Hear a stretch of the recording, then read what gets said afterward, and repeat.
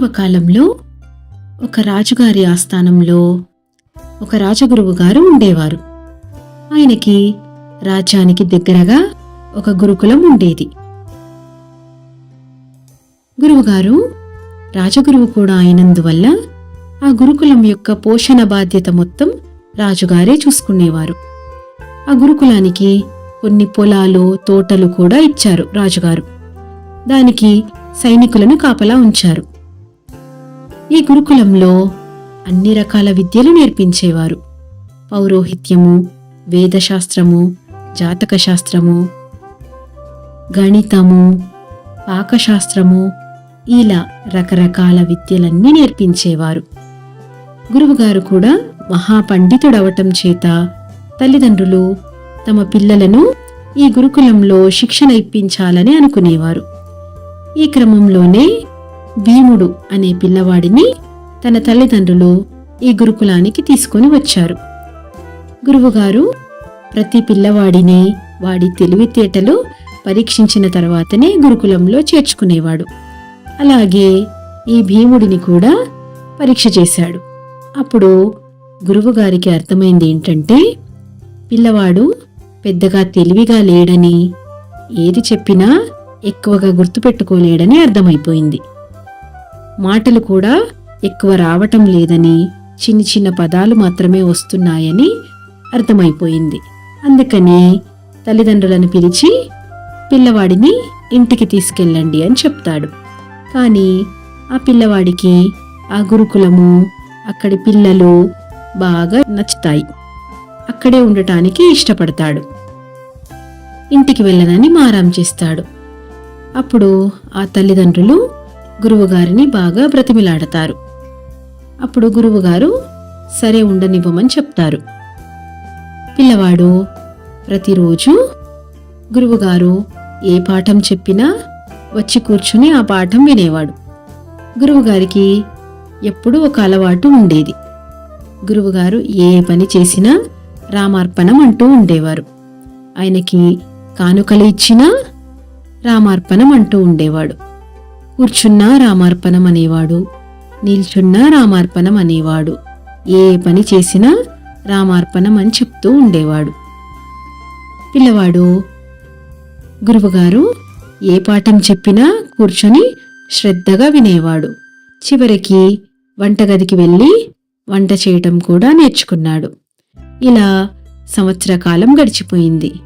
పిల్లవాడికి ఏ పాఠమూ రాలేదు. కానీ గురువుగారు చెప్పే రామార్పణం అనే వాక్యం మాత్రం బాగా వచ్చేసింది. దానితో పాటు అన్నం వండటము, పప్పు చేయటము, చారు చేయటము, ఇలా వంటగదిలోని వంట చేయటం నేర్చుకున్నాడు. వంట ఎంత బాగా నేర్చుకున్నాడంటే 10 మంది వచ్చినా చేయగలడు, 2 వచ్చినా చేయగలడు.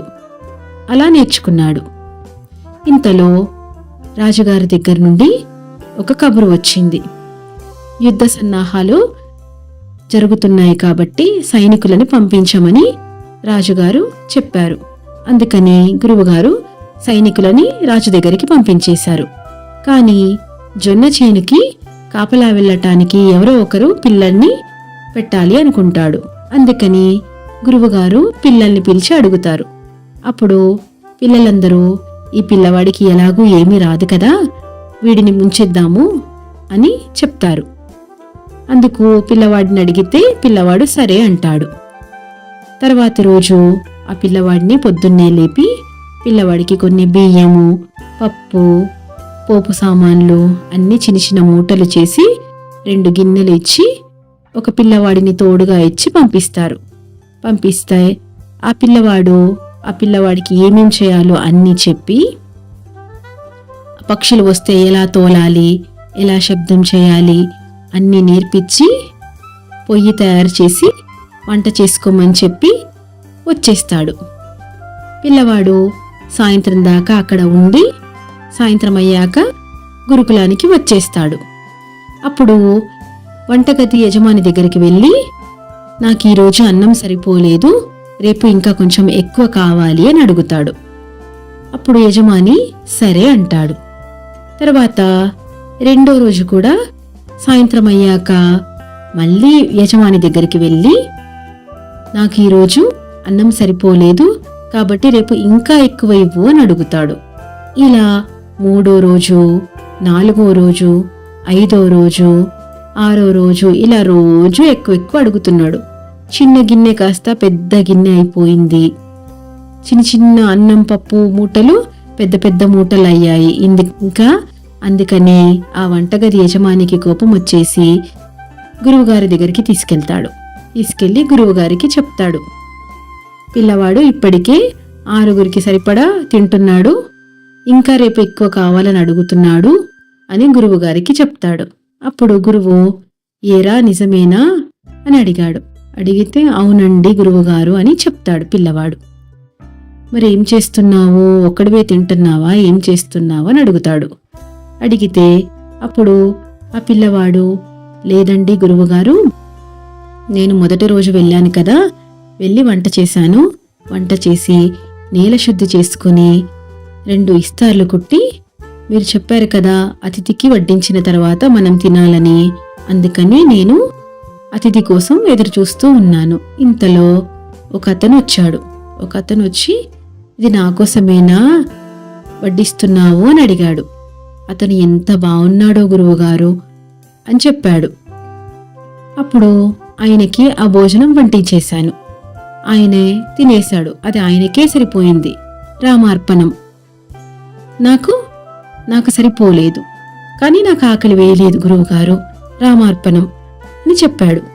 తర్వాత 2వ రోజు మళ్ళీ ఆయన వస్తాడేమో అనుకొని నేను ఇంకా కొద్దిగా ఎక్కువ అన్నము, పప్పులు అన్నీ తీసుకెళ్లాను. కానీ ఈసారి ఆయన తన భార్యను కూడా తనతో పాటు తీసుకొచ్చాడు. ఆవిడ ఇంకెంత బాగుందో గురువుగారు, చాలా అందంగా ఉంది.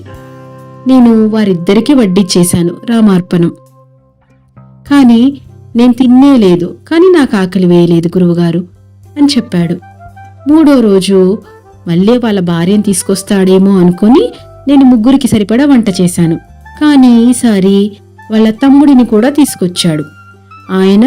ఆయన భార్యకి, ఆయన తమ్ముడికి 3గురికి వడ్డిచ్చేశాను గురువుగారు, రామార్పణం. నేను మాత్రం అన్నం తినలేదు, కానీ నాకు ఆకలి వేయలేదు గురువుగారు అని చెప్పాడు. ఆ తమ్ముడు కూడా ఎంత బాగున్నాడో గురువుగారు, పెద్ద పెద్ద బాణాలు పట్టుకుని ఎంత అందంగా ఉన్నారో.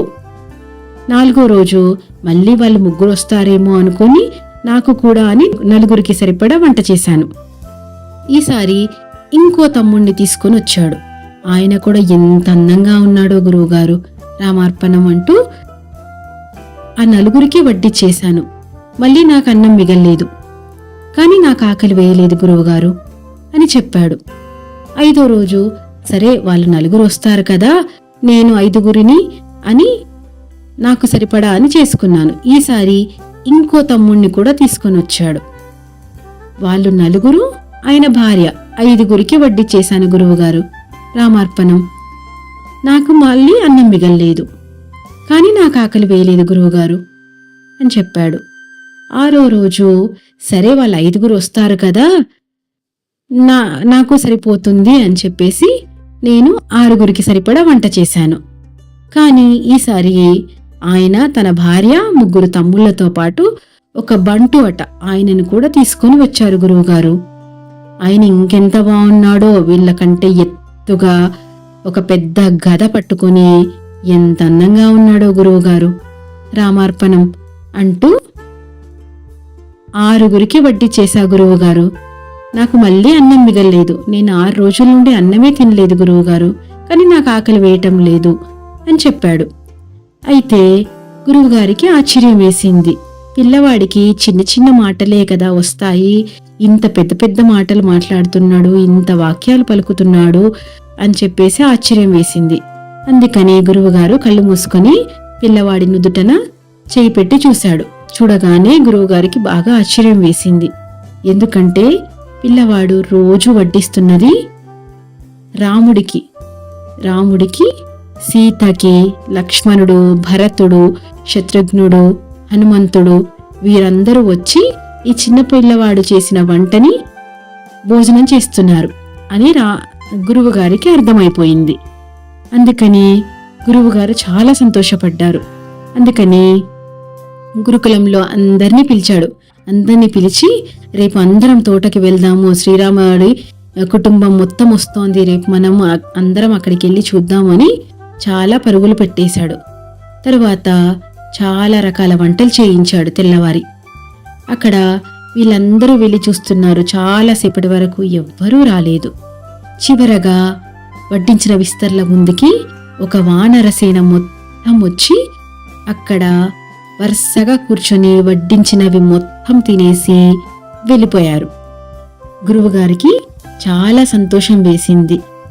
శ్రీరాముణ్ణి పిల్లవాడు స్వయంగా దర్శించుకున్నాడని, పిల్లవాడి వంట స్వయంగా శ్రీరాముడే వచ్చి తిన్నాడని గురువుగారికి చాలా సంతోషం వేసింది.